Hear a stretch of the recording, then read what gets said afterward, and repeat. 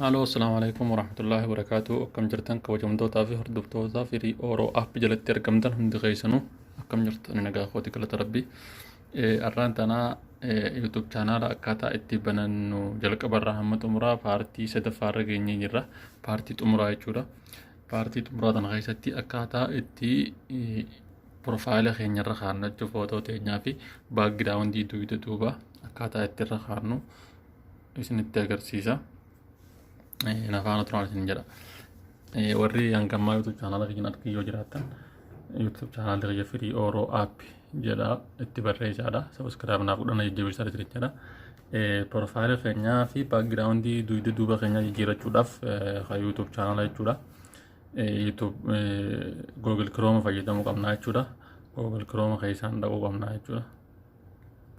Haala kanaan Google Chrome irra dhoofne iddoo sarchii kanarratti youtube.com jennee barreessinaa jechuudha. Haala kanaan erga haala kanaan barreessinee booda maal goona sarchii goona jechuudha. Erga haala kanaan sarchii goone booda erga chaanaala keenya asirratti isa cheek goone jechuudha.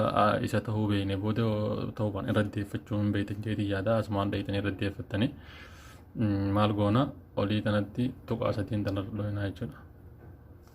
San booda gadii tana diskitoop saayitteetu tana dhoofnaa jechuudha.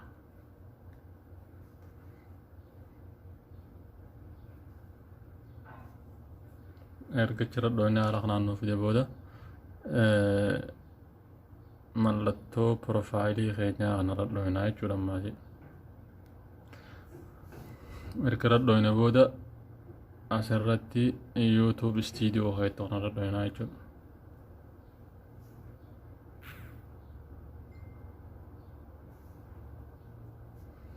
Erga haala kanaa YouTube Studio irra dhoofne booda bakka tanarra dhoofnaa jechuudha. Ni gartan jeetii yaada. Bakka sanarra dhoofnaa jechuudha. Mallattoo akka qalamaa tanarratti. Erga kanatti gama kanaa isin fidee booda maal goona hajidduu kanarra dhoofnaa jechuudha.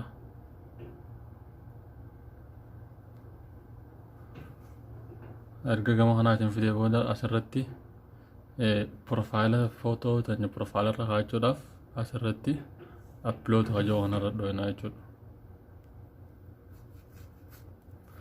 Erga haala kanaan gara gaalaarii keessa isin fidee booda kafeetiin dhooftan immoo fakkeenyaaf ani isinuma agarsiisuuf waan ta'eef suuraa kanarratti hidhadhaa jechuudha. Erga haala kanaan irra adii gootan booda dan bakki sanarra dhooftan jechuudha. Haala kanaan saayizii isaa irra sirreeffattanii san booda asirratti dan jettanii jechuudha. Ammaan tana profaayila keenya irratti hidhannee jirra jechuudha. Amma baakgiraawundii duuba keenya duubaa jechuu jijjiirachuudhaaf maal goona gadii kanarra dheeyne upload hajoo kanarra dhoofnaa jechuudha. Haala kanaan gara gaalaarii keessan fidee booda maal gootanii anamma fakkeenyaaf maal irratti hidhadhu YouTube hajoo kanarratti hidhadhame fakkeenyaaf. Erga irratti raayitii godhee booda dan bakka itti tunaandaa. Haala kanaan isinii fida san booda maal gootanii dan bakka itti tunarra dhooftan jechuun maas. Erga haala kanaan dan jettaniin booda maal gootanii asirratti isa kana ni gartan jeetii yaada kanarra dhooftan jechuudha. Isa kana ni gartan jeetii yaada kanarra dhoofnaa jechuudha.